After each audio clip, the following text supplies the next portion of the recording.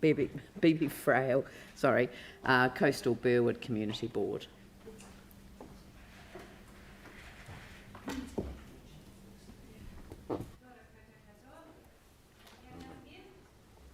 Kelly's under strict instructions not to speak until the end. Yeah. Our board supports the proposal for the reduction of our boards from 6 to 5 in order to create 5 3-ward boards.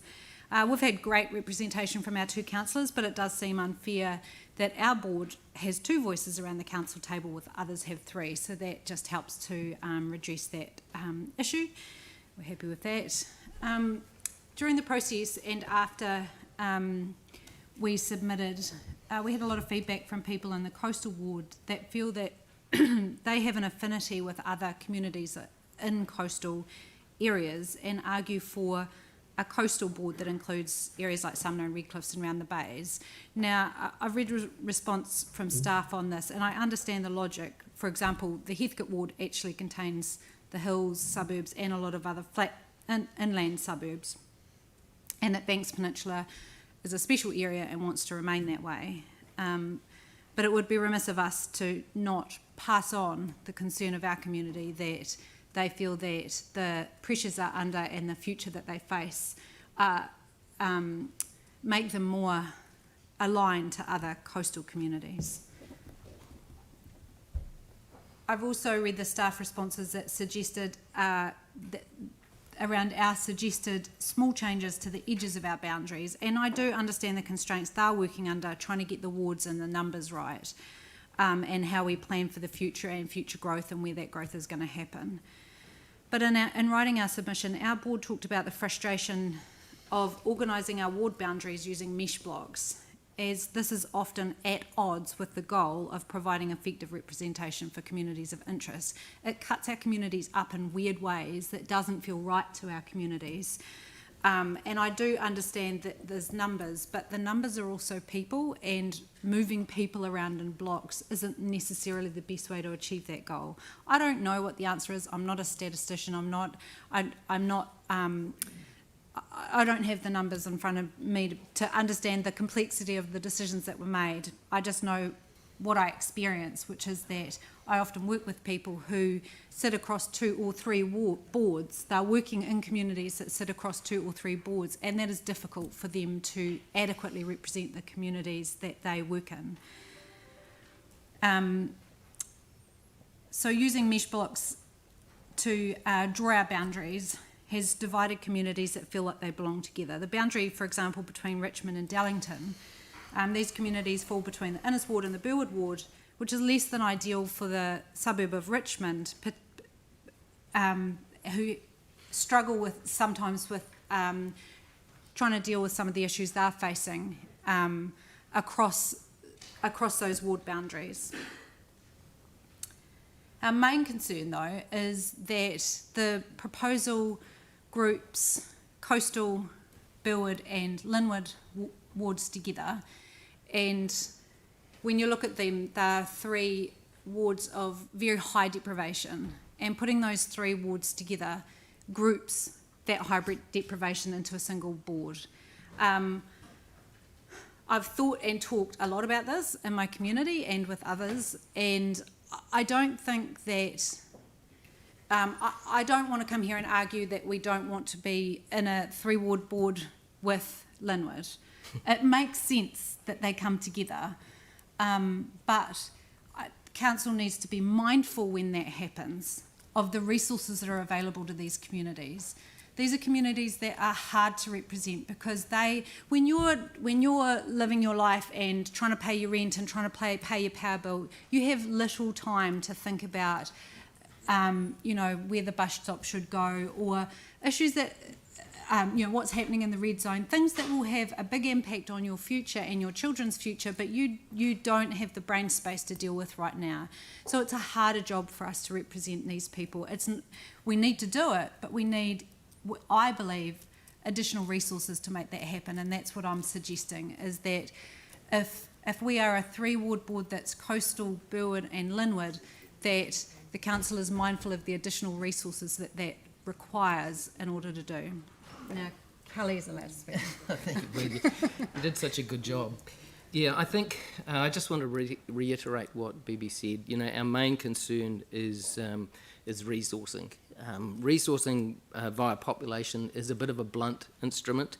You know, it's equity versus equality. Equality is everyone having the same resources, but equity is helping those people who need it more to get to the start line. So if you think of a 100-metre race, some people are starting behind the start line and some people are starting at the start line.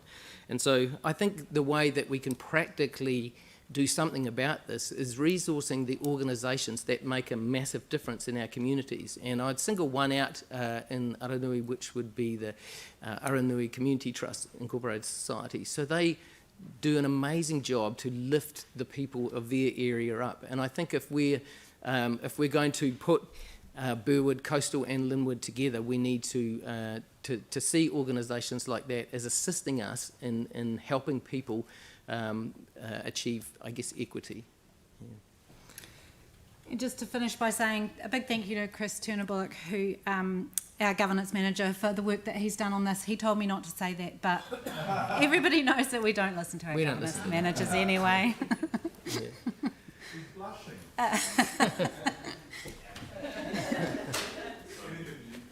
Thank you. No, thank you very much for your presentation. And I mean, you have raised some serious issues. Has anyone got any questions for the community board?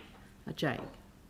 Thank you, particularly for the point around socio-economic deprivation and how we staff that. So I'm assuming you're thinking primarily, obviously, of governance staff. Yeah. Do you have a view about the Strengthening Communities Fund and how we allocate I do. that?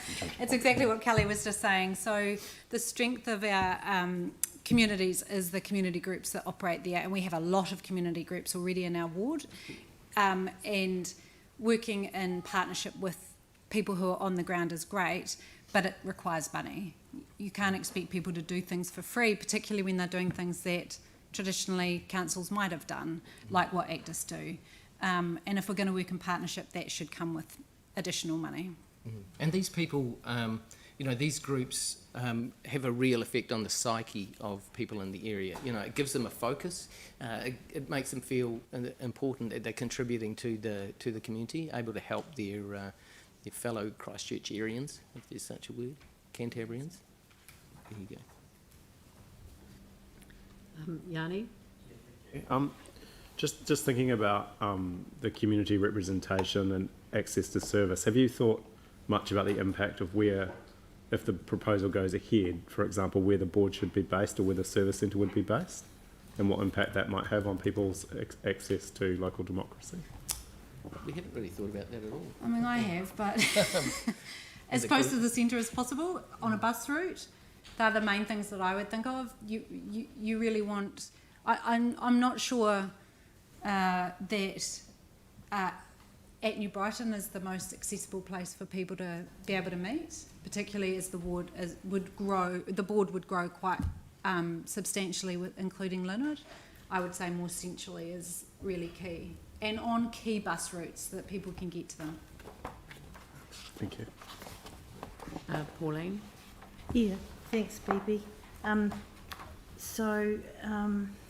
Just looking at your proposal there around Richmond being split between the boards, requests that the small section on the northeast corner of our suburb being moved into central, and so that sits between North Avon Road, Banks Ave and the river, and then also the boundary line along North Parade and Evelyn Cousins Ave be realigned to run from the Palms along North Parade, Banks Ave, Avonside Drive, and that would also go to central. Is that what you're saying for that bit?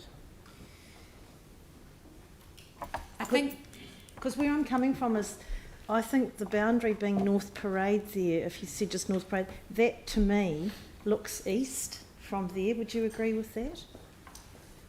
Rather than, I think some of that is supposed to be going into Innis at the moment. yeah, I think we would move it across a little bit further. So I think that in the responses, if that's what you're looking at, Yes.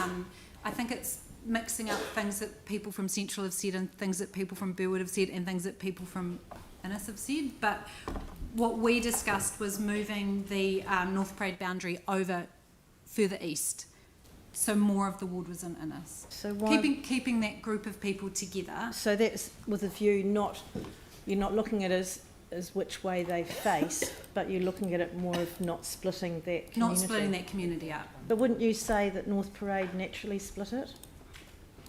You'd think so, but I don't believe so, based on the fact that I live on the other side of that, and we do look east, and it's the McBratney's Road, River Road. It's that little section there actually that is more aligned in Richmond, I think, than in Linwood or Dallington. Really? I would have thought the opposite. It would be good to talk to the Richmond community, though. I don't want to speak for them. Well, they've said that they're not worried either way in their submission, but when you look at the base, say, of Avebury House, the activities from there are very much facing east. So to me, it would seem that that side of North Parade should, but you have a different view. Yeah. Okay, thank you. Look, thank you very much, and thank you for all of the hard work you put into the submission. Much appreciated. Thanks, everyone. Thank you. Next one is the Te Pātaka o Rakaihotu